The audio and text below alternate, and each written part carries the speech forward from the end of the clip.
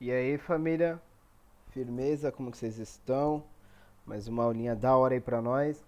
A aula de hoje é a aula que a gente vai falar um pouco das questões políticas e também aquele caráter bem imperialista do Império Brasileiro.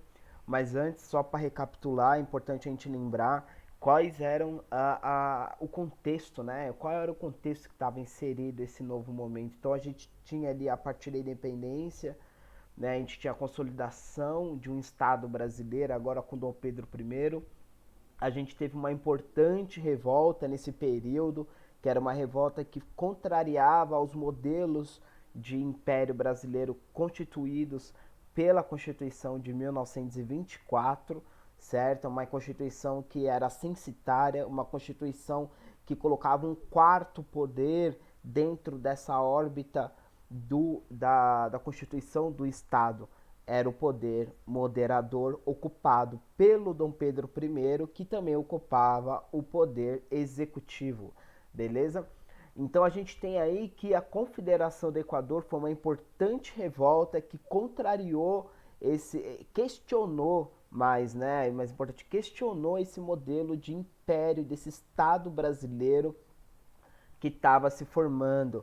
A partir disso, depois de uma estabilidade muito forte, uma queda financeira tremenda, o Banco do Brasil quebrou, né? Aí Dom Pedro I vazou daqui do Império Brasileiro, né? Do Estado brasileiro, voltou para Portugal, certo? E deixou o seu filho aqui, Dom Pedro, né, de Alcântara, certo? O Pedrinho tinha 5 anos de idade, a partir disso decreta-se uma regência, um governo que será feito, organizado e ter como figura principal a elite desse Estado, certo? A elite econômica, os escravocratas. A partir desse momento, eles vão tomar a frente desse governo e esse governo vai ser chamado de período regencial. Por quê? Porque ele tem um começo, meio e fim e ele deveria durar até que Dom Pedro, com 5 anos de idade, chegasse aos seus 18 anos de idade. Esse período regencial ele é muito importante por três características. A primeira é a criação da Guarda Nacional. O segundo é o Código de Processos Criminais Civis, o Código Civil de Processos Criminais. Esse código e essa Guarda Nacional transferia para a elite escravocrata, para esses coronéis, né, tanto o monopólio da força quanto também o monopólio da força, o uso legítimo da repressão, da força, de uma força armada. Lembrando que a Guarda Nacional ela é uma milícia. A partir desse momento, e o Código de Processos Civis, certo? Ele é um código que era julgado pelos juízes da paz. E esses juízes da paz eles eram votados e eleitos, né, através de votos censitários, e eles eram subordinados aos coronéis, os mesmos coronéis que mandavam na Guarda Nacional. Então há uma transferência da órbita do Estado para o ambiente privado dessa elite, funções do Estado, por exemplo, de julgar e também as funções de reprimir através da força. Beleza? Mas isso entrou em um total descontentamento generalizado aqui. Então começou a explodir diversas revoltas. A gente tem revoltas como a Carrancas em Minas Gerais, com a destruição de uma fazenda escravocrata. A gente tem a Sabinada, a gente tem a Cabanagem, a gente tem a Farroupilha no Rio Grande do Sul e Santa Catarina, que era devido aos altos impostos do sal e do charque, né, sulista, que era a carne salgada que era vendida, né, o grande produto sulista ali, que estava extremamente caro devido aos grandes impostos que era causado tanto por Dom Pedro I, quanto pelos a regência. E o terceiro ponto, que é o ponto mais, não mais, mas um terceiro ponto importantíssimo, é a questão do surgimento, já na regência, com Luiz Araújo, de uma um novo ramo de atividade para essa elite escravocrata. A mesma elite que trabalhou na cultura do açúcar e na mineração, agora ela vai também atuar em outro ramo, que é o ramo da exportação de café. É interessante notar que essa elite brasileira, né, ela tem sempre um meio de ganhar e conseguir riqueza. E esse meio é através da exportação. Ou seja, atender os interesses dele é atender as necessidades para que eles possam exportar cada vez mais produtos. Nesse momento, a gente tem no Império, né, que a gente tem um momento de a abolição da escravatura, né, que não é uma extinção, muito menos uma diminuição da, da escravidão dentro do Império, mas, né, ele é um processo que acaba tendo como grande consequência a substituição da mão de obra escrava pelos povos pretos que foram sequestrados e vieram e raptados e levados de forma compulsória para a América Portuguesa, né, e posteriormente para o Império Brasileiro. E além desses povos, agora vocês vão estar vindo um monte de imigrantes não só da unificação da Alemanha, mas também imigrantes da unificação italiana. Eles vão estar vindo para cá e essa mão de obra vai tentar ser substituída por essa elite. Então a elite vai tentar substituir a mão de obra escrava, que os preços estão ficando altíssimos e ficando cada vez mais difícil explorar essa mão de obra, e ele vai partir agora para a exploração da mão de obra dos imigrantes europeus. Beleza? Tudo isso a gente vê que no final a regência ela cai por terra, porque as revoltas são tão intensas, parça, que, mano, os caras falam, não, chega, cê é louco, tô fora. E eles vazam do governo e dão o golpe da maioridade. O golpe da maioridade é que Dom Pedro II, com 15 anos,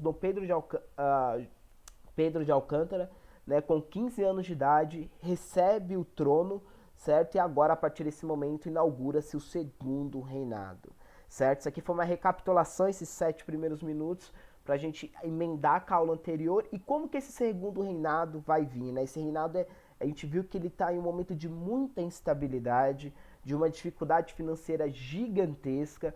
O exército basicamente está sucateado por causa da criação da Guarda Nacional. Diversas funções que o Estado tinha de repressão e de julgar crimes foram transferidos para a elite da América Portuguesa, ou para a elite desse império, para essa elite escravocrata. E Dom Pedro entra nesse estado, num estado sucateado, num estado onde a instabilidade política era gigantesca. E as primeiras coisas que Dom Pedro foi fazer, quebrada, uma das primeiras coisas que ele foi fazer é reorganizar a questão interna para depois expandir o caráter imperialista do Império Brasileiro. Então aqui é importante a gente pensar como os preconceitos de cor, marginalização e o abismo social, desvalorização do trabalho manual, ele persegue, né? Quando tem a substituição da mão de obra escrava pelo imigrante, como essa desvalorização mantém, como essas pessoas não conseguem se libertar das rédeas, né, que essa elite escravocrata tenta colocar para que eles não consigam pagar as suas dívidas, certo? E esses traços, se eles são visíveis ainda ou não dentro das relações pessoais ou familiares nossa. Então, Dom Pedro, como eu disse, ele entra em um estado completamente fragilizado, e a primeira coisa que ele faz é reativar o poder moderador que foi, como posso dizer, suspenso, né, pelos regentes. Então ele reativa esse poder moderador, e a partir desse poder moderador a gente consegue estabelecer aquilo que os historiadores chamam de parlamentarismo às avessas, ou seja, a partir de uma gestão que ele fazia a partir do poder moderador, das funções desse poder, ele conseguia controlar não só o judiciário, mas também todos os partidos dentro do Congresso, certo? Então ele transforma-se em um caráter extremamente centralizador. Essa figura aqui, no fundo, a gente consegue ver, né, que Dom Pedro II, ele meio que está manipulando, controlando as frentes políticas aqui, né? E a justiça, ela tá à mercê, beleza? Então, a gente tem aí que um partido surge, mais um deles, né? E esse partido é o Partido Liberal, que ele passa a exigir diversas reformas sociais profundas. Esse é um partido que ele tem muita relação com os movimentos sociais e políticos que estão acontecendo na Europa nesse período, né?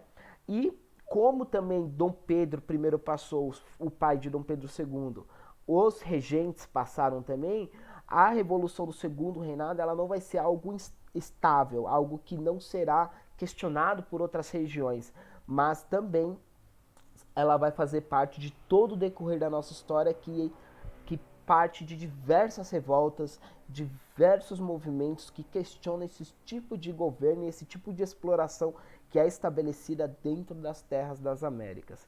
Beleza? Então a Revolução Praeira ela surge nesse contexto, quando Dom Pedro assume a Pernambuco, ele está passando por diversas dificuldades financeiras pelo abandono que a regência teve também por essa região, mas ela está passando por diversas dificuldades financeiras e Borges da Fonseca ele escreve um manifesto. O que é importante a gente lembrar desse manifesto?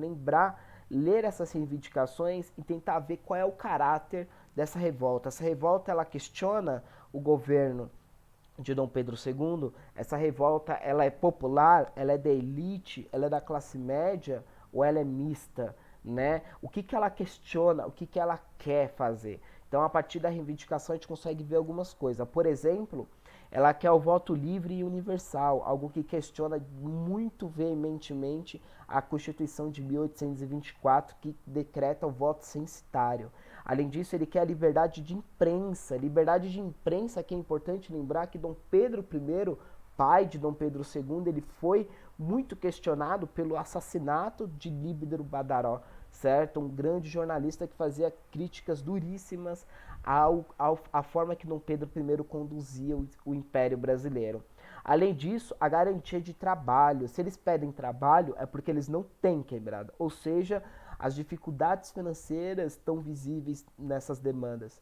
A nacionalização do comércio, né, que aqui é interessante essa nacionalização, porque Pernambuco é uma região que ela ainda, o comércio exterior, ela não está na mão da elite nascida aqui na América, né? Mas sim ela está na mão ainda de famílias portuguesas, né, que ainda mantém essa relação de comércio exterior. Então a elite vende para essas famílias, essa família vende para a Europa. O que eles querem? A nacionalização, ou seja, tirar esse comércio desses portugueses e transferir ele para a elite, certo? E a extinção do poder moderador. Então essas reivindicações elas são interessantes para vocês verem qual é o caráter da Revolução Praeira. Ela questiona o governo de Dom Pedro II, ela acontece porque Pernambuco está passando por dificuldades financeiras ou não, isso deveria ser visível a partir das reivindicações. Beleza? As suas origens, como disse, ela foi atribuída às difíceis condições econômicas da província, né? E a rebelião ela foi rapidamente controlada. Em questão de 2 anos, diversas pessoas foram executadas, mortas sumariamente, né? E outras raptadas, né? Simplesmente somem, né? As pessoas nunca vi isso, né? Pelas tropas governamentais. Então, a primeira e grande revolta que Dom Pedro II tem no seu governo, ele acaba controlando de uma forma bem autoritária e bem violenta. Beleza? A partir de uma consolidação da política, uma consolidação do território, ou seja, Pernambuco não ia mais conseguir se separar do Império Brasileiro, né? A gente vê aí que Dom Pedro II começa a se interessar para os territórios que estão além do Império Brasileiro, ou seja, ele começa a demonstrar uma coisa importantíssima da nossa história, que é essa inclinação que a gente como brasileiro tem de um imperialismo, né? Então aqui a gente tem que a ordenação político-social consolidadas, é possível a coesão desses altos interesses. Então, a elite da América Portuguesa, a classe média, né, entrava nessa narrativa de Dom Pedro II que se a gente conseguisse expandir as nossas fronteiras e as nossas influências, eles também iriam ganhar muito com isso, certo? Então, a partir disso, ele começa a se interessar pela política externa. Não que o Brasil não se interessasse antes, só que agora é em um caráter imperialista. O que é imperialismo? É quando você ocupa terras, ou de forma política, ou de forma militar diretamente, você ocupa terras estrangeiras que vão além das suas fronteiras. Beleza? Então ele começa a manter o seu interesse agora pela Bacia da Prata. Eu vou mostrar o mapa e vai ficar bem claro isso para vocês. Então segura a emoção aí, quebrada. Para garantir o acesso a algumas províncias e a partir disso também controlar a navegação dessa Bacia da Prata, certo? Aqui a gente tem, né, que um antigo conflito que a gente via ali no Rio Grande do Sul, que era a invasão de grandes fazendeiros do Rio Grande do Sul nas fronteiras do Paraguai, do Uruguai, né? A invasão dessas fronteiras era uma região ali muito tensa. Então, essa fronteira entre o Uruguai e Império Brasileiro ou América Portuguesa anteriormente já era uma região muito tensa, onde não existia uma fronteira muito bem delimitada, porque os fazendeiros dos pampas gaúchos, eles invadiam as terras uruguaias, certo? Então, a partir desse momento, há um conflito muito grande entre os blancos, que eram as pessoas que estavam no governo, né, com a oposição, que eram os colorados, certo? E os fazendeiros brasileiros aqui dos Pampas Gaúchos, eles se unem com os colorados e faz um golpe no Uruguai. Mas além disso, não é só uma questão de eles irem lá e se unirem com a oposição e possibilitarem que esses colorados dessem um golpe no Uruguai e agora subisse ao poder. Mas também Dom Pedro II manda tropas brasileiras, né? Manda tropas brasileiras ocupar não só Montevidéu, a capital do Uruguai, mas também Buenos Aires, a capital da Argentina, certo? Aqui a gente tem uma representação feita em 1885, né, do cerco do Paissandu, é quando os caras invadem lá o Montevidéu, né, cidade maravilhosa, inclusive, né, e aqui a gente tem um gaúcho, né, mano, isso aqui é raiz, hein, parça, isso aqui parece que estuda na Fefelete, não parece não, olha lá, ó, vai tirando, isso aqui é estudante de humanas, mano, ó, barbicha, aqui a bata, 1000 graus, uma faquinha pra cortar maçã, né, se for pleiba, é pra tirar a casca da maçã, né, se for quebrada, é pra ameaçar o... Se for quebrada, deixa eu ver. Se for quebrada, não estaria com essa botinha feia, né, tio? Mas beleza. Então aqui, apesar que eu acho difícil um quebrada ter uma barbinha dessa, né, parça? Mas beleza. Nada contra, mano.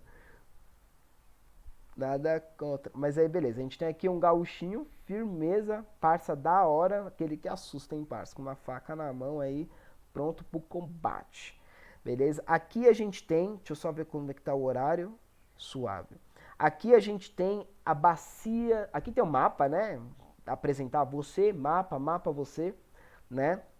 Aqui a gente tem o mapa do Brasil e de toda a América Latina, não pega a América Central ali, América Latina Central, mas aqui a gente tem que o Brasil dominava essa região aqui do Pará, do Amapá, né? A gente tem aqui a bacia do Rio Amazonas, ou seja, o encontro do Rio Negro, Solimões, né, com a bacia amazônica, eles se encontram aqui e desaguam em Belém, certo? Então eles vão mandando toda essa água lá para o oceano, aqui para a região do Caribe. Então, tudo que viesse da Colômbia, Peru, Venezuela e navegasse por essa bacia, tá ligado? Era controlada essa foz, a foz é ao fim do rio, certo? Onde o rio deságua. A foz do rio, ela desaguaria no Caribe e todos os produtos que viessem pelo comércio das navegações que era ativamente nessa bacia, né, utilizado, ainda mais na questão das drogas do sertão, né? A gente tem aqui que eles eram todos organizados, manipulados e exportados a partir desse ponto. Então, controlar esse ponto controla toda a exportação que vem dessa região de cima. O Dom Pedro II ele queria controlar agora a outra extremidade do território, não só a bacia amazônica, mas também a bacia da Prata. Por quê? A foz do Rio da Prata ela está na outra extremidade do território. Aqui, ela dentro, ó, segue o mouse quebrada, ela vai adentrando, ela passa pela fronteira entre o Uruguai e a Argentina, por isso que o Brasil invadiu Buenos Aires, que está aqui, está desse lado, e invadiu Montevidéu, que está desse lado. Então, aos dois lados, as duas praias da bacia do Rio da Prata, o Brasil invadiu, certo? Ele vai fazendo essa fronteira, sobe pelo Rio Grande do Sul, Santa Catarina, vai pelo Paraguai, Mato Grosso e sobe para Bolívia. Então aqui a gente tem que todo o comércio que era feito pela Bolívia, Paraguai e Argentina, que quisesse ir para a Ásia, para o continente africano que está aqui, ou para a Europa, ele deveria navegar por essa bacia da Prata e desembocar aqui no Oceano Atlântico, certo? Se o Brasil controlasse as duas pontas da praia, o que aconteceria? Ele cobraria não só impostos, mas manteria uma influência sobre os produtos que poderiam ou não cruzar a bacia da Prata, ou seja, adentrar no Oceano Atlântico. Produtos da Argentina, do Paraguai e da Bolívia. Então, a partir desse momento, esses interesses eles colidem não só com o do Império, que tem essa inclinação imperialista de invadir terras do estrangeiro, mas também da elite aqui sulista, né, que tem um charque, que tem a carne argentina, o charque argentino concorrente do charque do Rio Grande do Sul. Então, se o charque da Argentina quisesse ser vendido, né, pela Bacia da Prata, o Brasil poderia impedir esse comércio e isso proporcionar que a demanda vá direto para o charque sulista dos Pampas Gaúcho. Então, o controle da bacia da Prata controla que produto será vendido e quanto de imposto cada produto deverá pagar para navegar nessa bacia.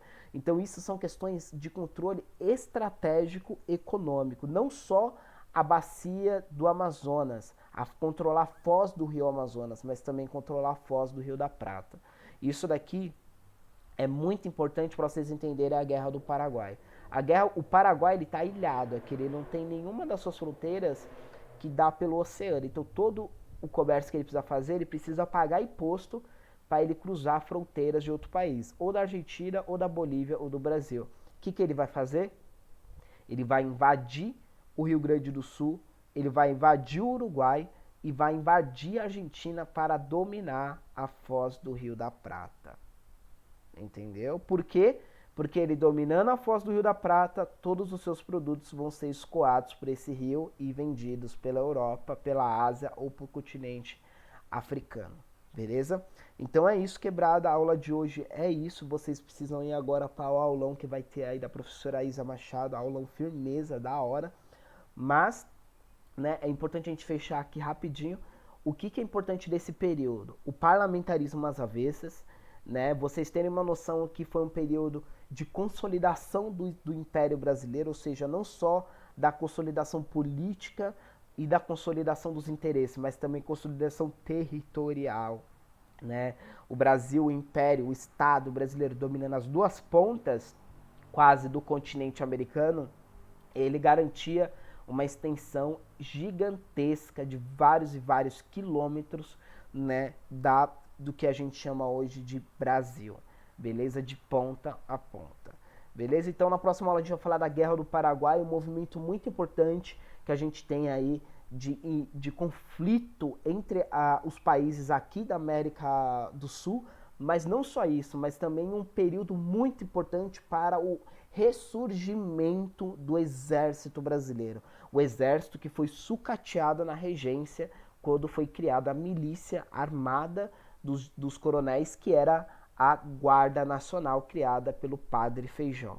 A gente tem aí o sucateamento do exército, só que com a vitória a partir da Guerra do Paraguai, o exército ressurge e agora passa a ser um agente histórico muito influente, que tem muita força militar e muita argumentos a partir do monopólio do uso da força para conseguir alcançar os objetivos. Beleza? Então é isso, quebrada. Tamo junto, é nóis.